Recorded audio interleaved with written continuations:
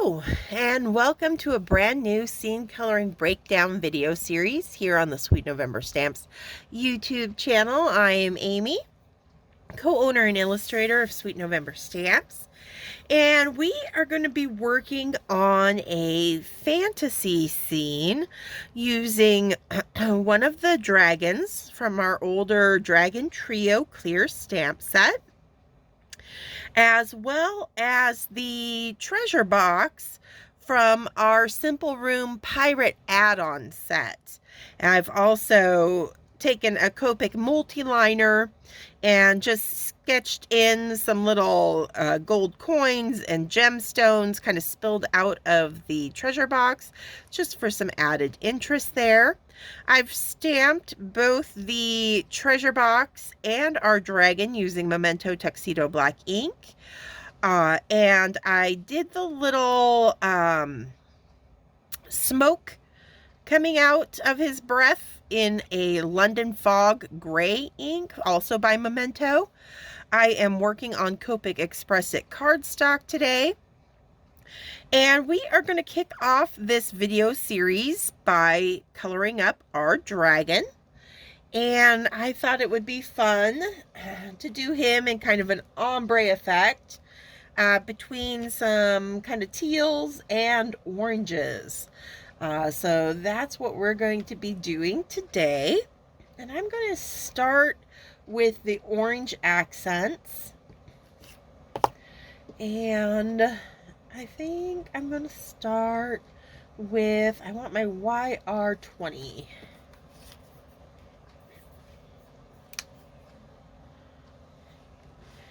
And I'm just going to come down on the feet here, give him some little orange toes.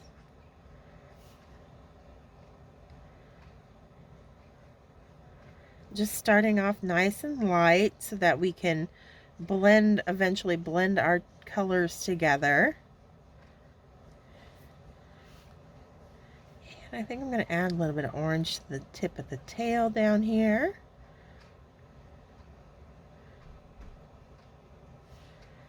He's got toes here. Let's also add some orange to the ears. Why not? I mean, these are fantasy creatures, so we can give them patterning any which way we want to.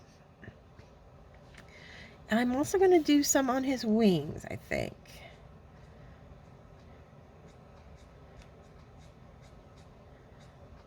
So this is just helping me map out what parts of our little dragon are going to be primarily orange versus our teal. There we go.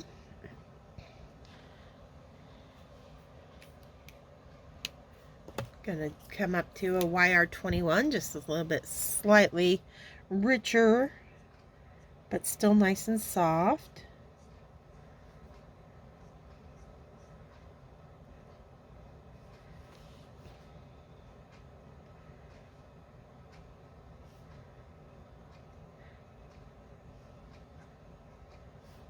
And I'm coloring right through that smoke, at least with my lighter colors. As we get a little bit darker, I'll avoid adding the darker oranges back behind our smoke, so it looks like it's kind of obstructing the hue a bit back there.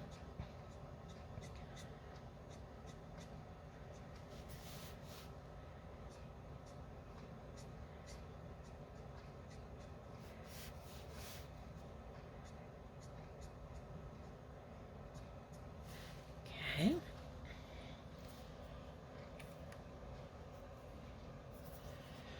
And now I want to bring in, let's do a little bit of, I know I'm going kind of slow here with my tones. I think I'm debating whether how bright I want to go with our orange.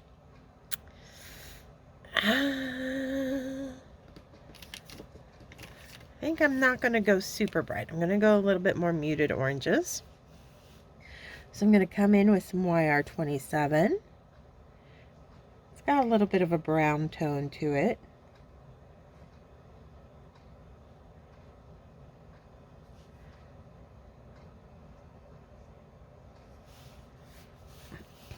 And a little goes a long way. I'm just using this for my darkest accents in this kind of creamsicle orange I'm going for. Now this is where I was, I'm not going to take it, but there's this part of the ear right here that's not behind that smoke. So just a little dab will do you over there.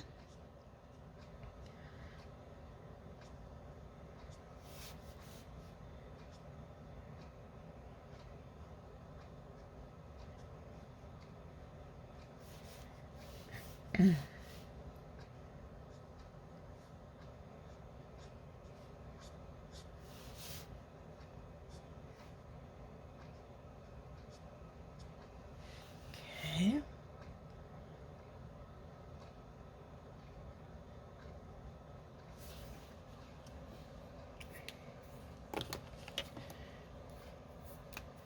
Now I'm going to come in with some wire 12 to pull out the 27.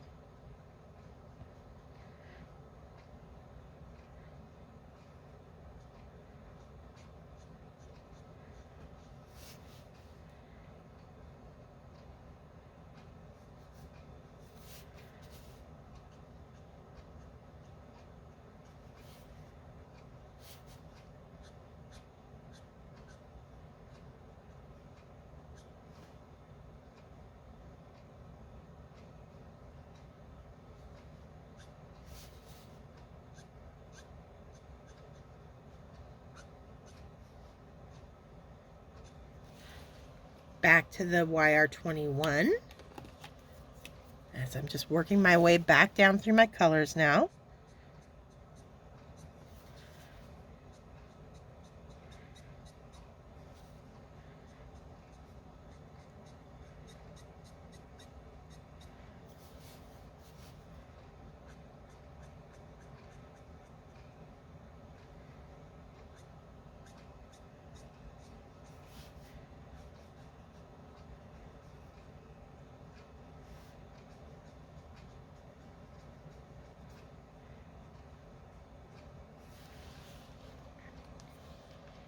And the wire 20 that we started with.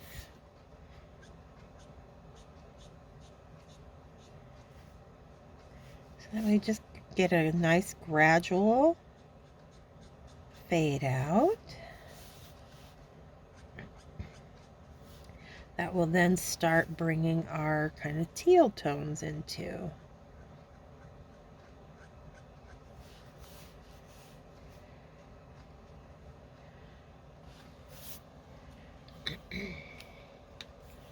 Okay.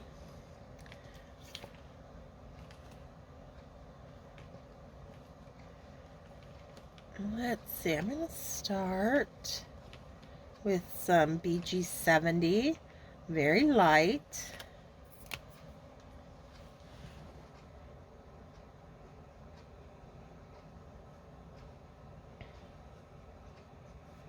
And I'll go right into that YR20.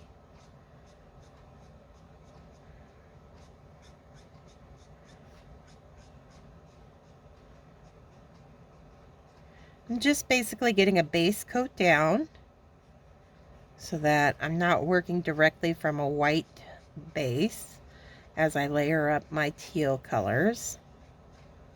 Just this very slight kind of gray tone teal.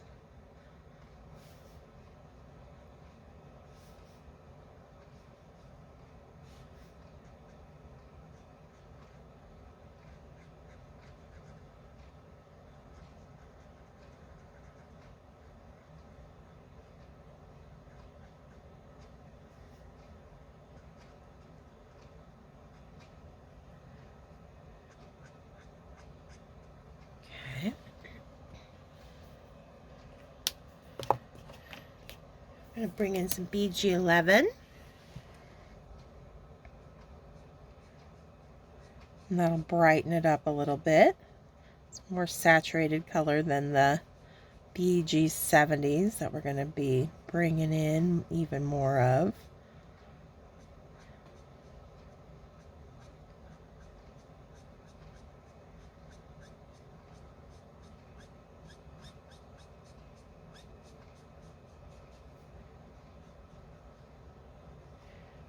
See, I just let that go right on in to that light orange area.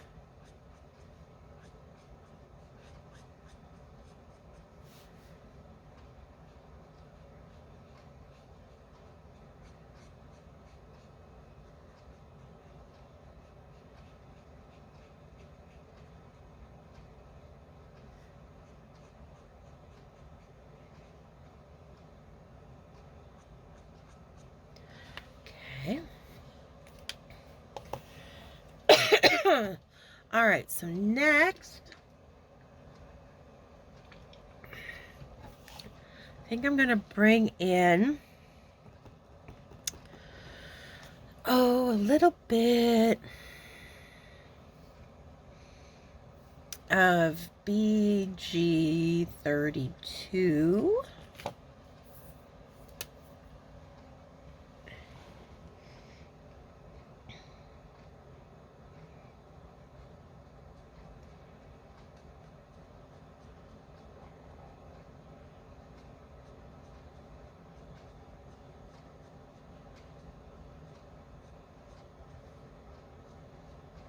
We're going to start defining, the different parts of the body a little bit more. I'm leaving a highlight on that haunch out front. I am having a light source come in to meet him as where he's facing, so I'm kind of thinking in terms of from the right over here. So I'm leaving, that outside edge of that haunch there lighter. It's going to be that inside curve of the tail that's going to stay lighter.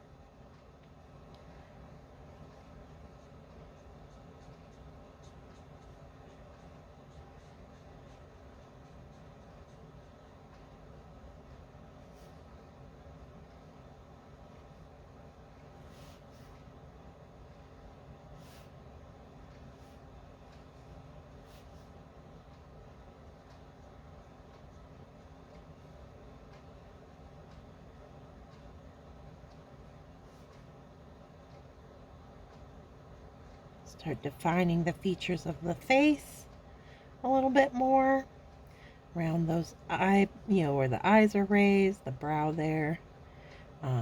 Make these cheeks a little bit lighter in the center. So, get the shadow around them and below them. Same on his little snoot. Okay.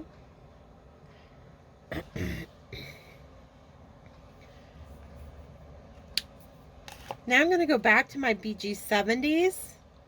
I'm going to get 72, 75, 78 all out. And we'll start with the 78. It's our darkest. It's going to be our big contrast color in this combo. So again, a little is going to go a long way. So I just got to decide anywhere where I really want to up the shading. So the back side of that tail, and I'm going to throw little shadows. He's got these little spines running down his back. I'm going to take off both lids here because this is recently refilled and pretty juicy. I don't want to get a little blob going on.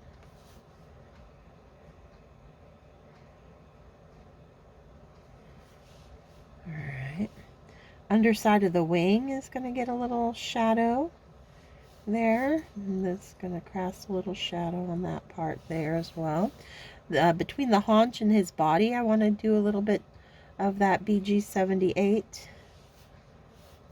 Down here, the wings and casting the shadow. His face is going to be keeping that arm pretty deeply in shadow as well. His little neck back here. Underside of his jaw. That little dimple. And then I'm going to reinforce around the eyes.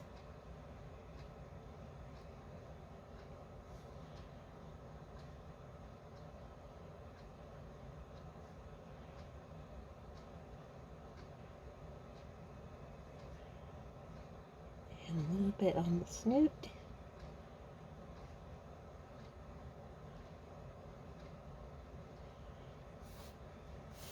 This part of the wing I want a little bit of dark on. Okay, so you can see not too much. Little goes a long way, like I keep saying. And if we need to, by the time we get this all colored up, you can always add more in.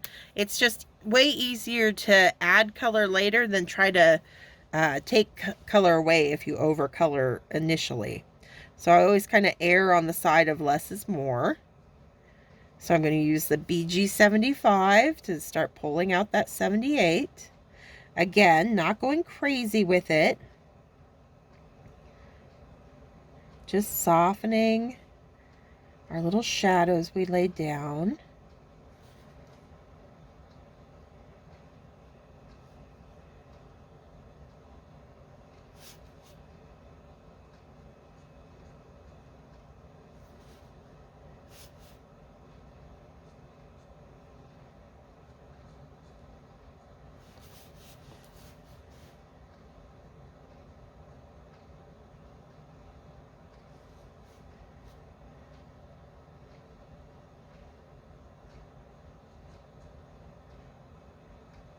Continue to reinforce those eyes.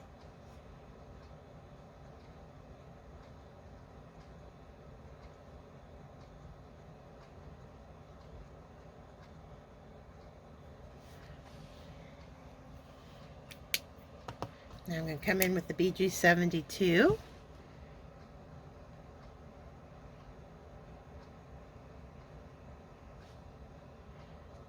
And be a bit more generous with it than I was with the previous two colors.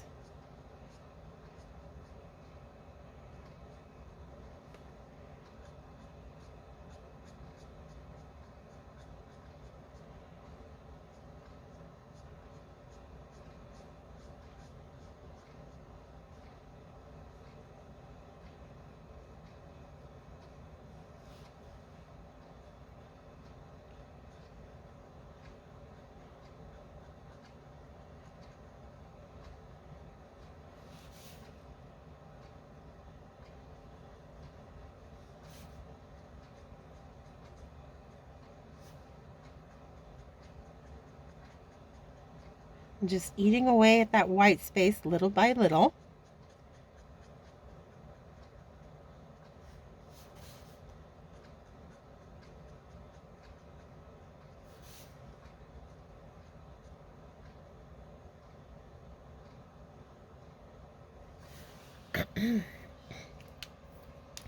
Back to the BG32. And this is going to start brightening it back up a bit. Now that we've laid our shadows beneath.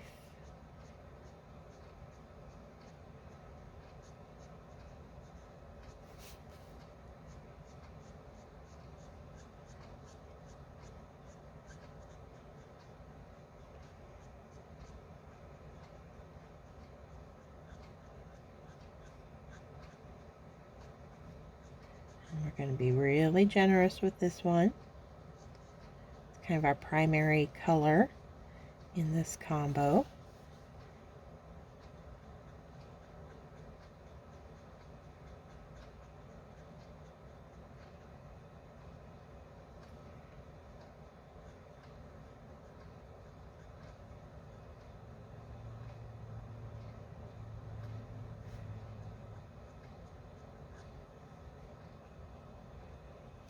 Okay.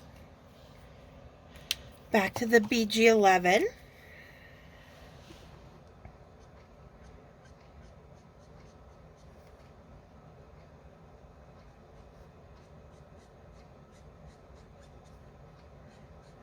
Fill that in.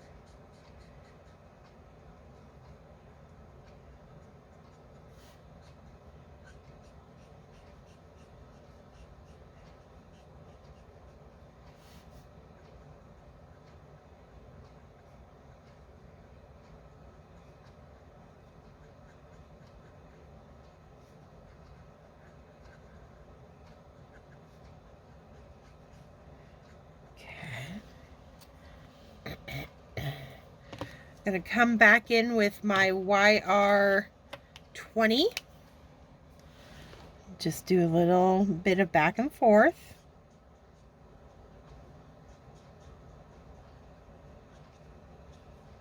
Anywhere where I want those two colors to kind of merge together. It's just like when we're doing skies, where I say, you know, go back and forth between the two colors till you get a nice gradient, so it's not a harsh stop-start line. Kind of forgot I was going to bring in some of that blue down the ears a bit, just to get a nice little fade out there. There we go. Back to the YR20. There we go. That's much nicer. And I think I want to take, as I'm looking at this, a little bit more blue down here.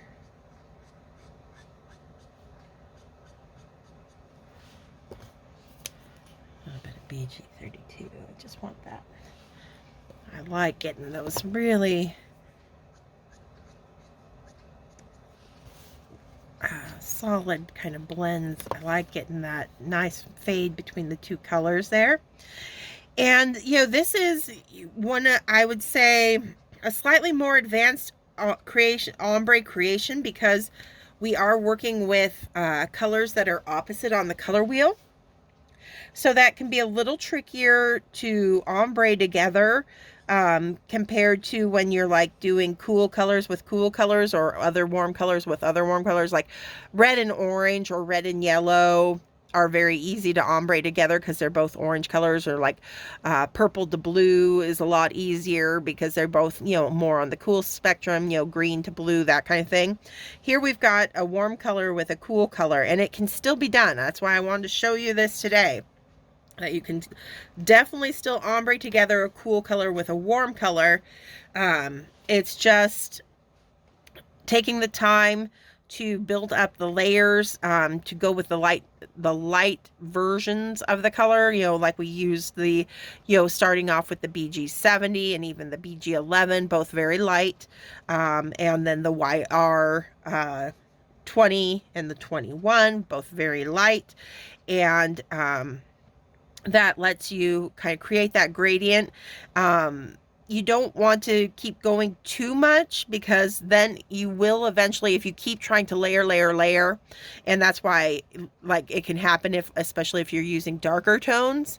That's why I like using the lighter ones to build it up, because if you go darker too quickly or try to merge the two colors together with their darkest tones, you'll start getting a really muddy look. And that's not very pleasing. That's not what we're after here. We just want a nice soft transition between the orange and the teal, and I think we have achieved that. Okay, so while I was kind of jabbering on there, I was doing that, well, for information, but also on purpose, because I do want to add a little bit of texture to our dragon's skin. And I needed to give that time to dry so that we get the most effective look. If I do the little add the texture while the ink's really wet, you're not going to get as defined of a texture as you would when you let this kind of sit and dry. And I also wanted to do it, I want to do it now, since I've got everything on him colored, that I want to be kind of scaly looking or have a little bit of a rough look to it. All the parts of him that I'm going to want to be smoother, I haven't done yet. So it's important to kind of plan ahead if you're going to do an effect like this, and do anything you want to have the texture first, so that we can add the texture, let it dry, and then move on to the rest that we want to keep smooth. So all I'm going to do here is I've got a big bottle of the colorless blender solution, and I've got an old scrap of sweater that I've just cut off of an old garment before throwing the rest away. And I'm going to put some of that blender solution right on the fabric there and kind of rub it together a bit. And then I'm just going to use my fingertip, and we're just going to start dabbing lightly right over our entire dragon. This is why you want to do this first, because then you don't have to worry about the surrounding area or the other parts of his body. You can be, you don't have to be very careful with your pouncing, because that, as that colorless blender dries, it'll, fade back out to nothing out there, and we'll be able to color over it after it's dry to do the rest of the scene. And you just keep kind of pouncing until you have as much texture as you want. He's looking pretty good. Okay. And that will, you'll start seeing it a little up more as the solution dries as well. I'll bring that up so you can see, get a good, especially in the darker areas is where it's going to show up the best. So we've got a little bit of a scaly texture added to our dragon now. Okay, let's finish him off with his horns, and he's got his scales, the inside of the ear and the mouth. Let's do that part first, since I've got my pinks and reds out here.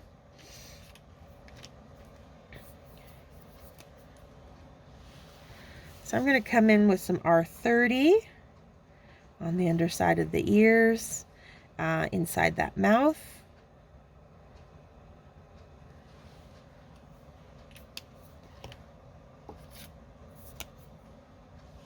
RV42.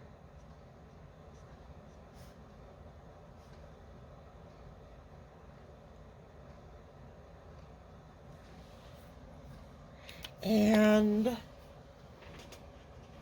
a little bit of EO4,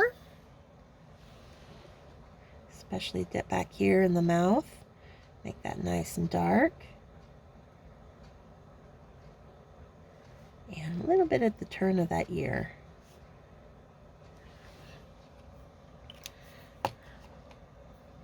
Just skip back down to the R30.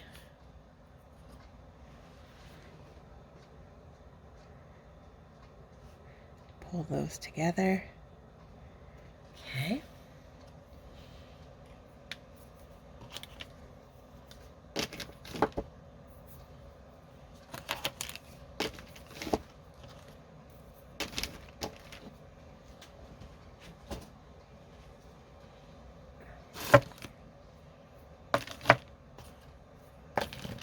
All right.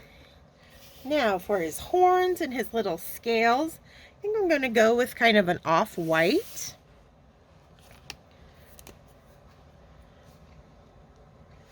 So I'm going to use my E81.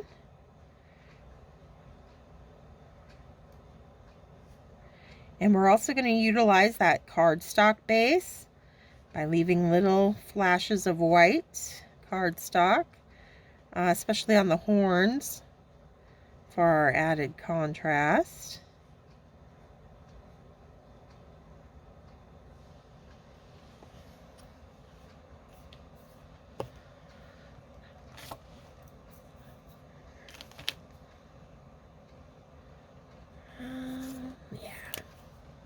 A little bit of E84, just the tip of the nib, nice fine line.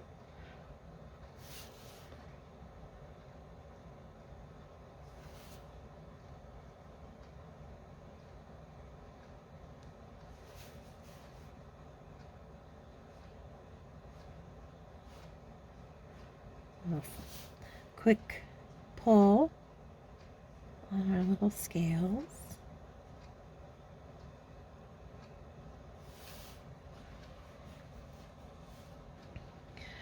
I'm also going to use this E84. Actually, I'll wait a minute. Let me pull and soften this initial shading.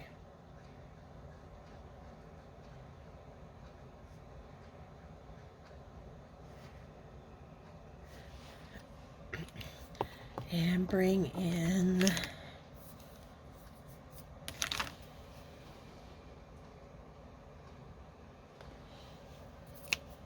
some W00 to help it fade to white smoothly.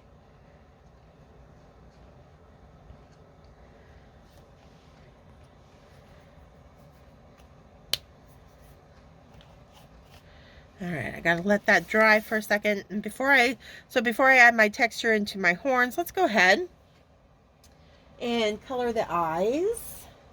And I'm gonna come in on those eyes with some YR14, sticking with our kind of orange theme.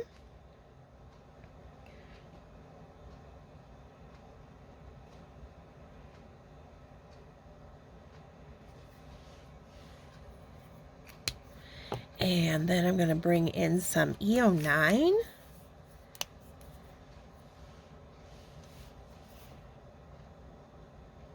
In those back corners.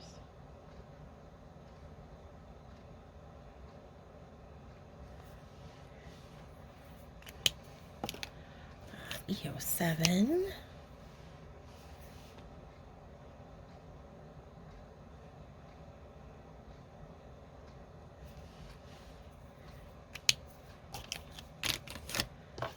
And back to that 14.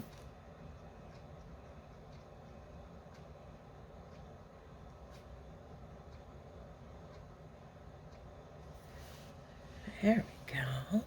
And since my black ink pad isn't super juicy, I'm going to come in with my Copic Multiliner, and I'm going to make that pupil really pop by bringing the black back into it stronger.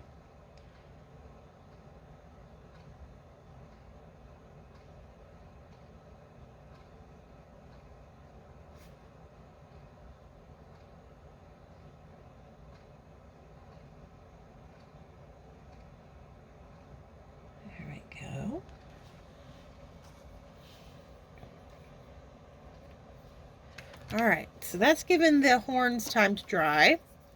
So I'm going to come back with my E84 and just using the tip of the nib in a very light hand, I'm going to pull some little diagonal lines starting at the top there, just to give the horns a little bit of extra interest and texture themselves, just kind of like they're wrapping around. And then I just do the same over on the opposite horn there. Okay. I'll come back with the E81 just to kind of trace over and soften that line a little bit, just so it's not, it looks like it's got a little bit of, like it's a dip in the ridges of the horn rather than just a line I've drawn in. Okay. While I got my gray here, I might as well add a little smoke color. So W1, just going to kind of bring in a little hit of that. I need to go a little darker, I feel like. Let's do some W3.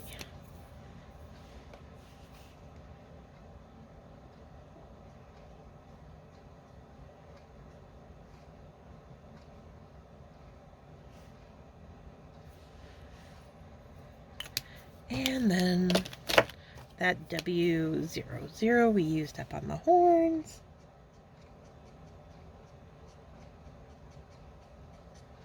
There, he's got a little smoke coming out. All right, so that's it. We got our dragon all colored up. Just waiting for a home. I will be back next week where we will color up his box of treasure and his little coins and stuff.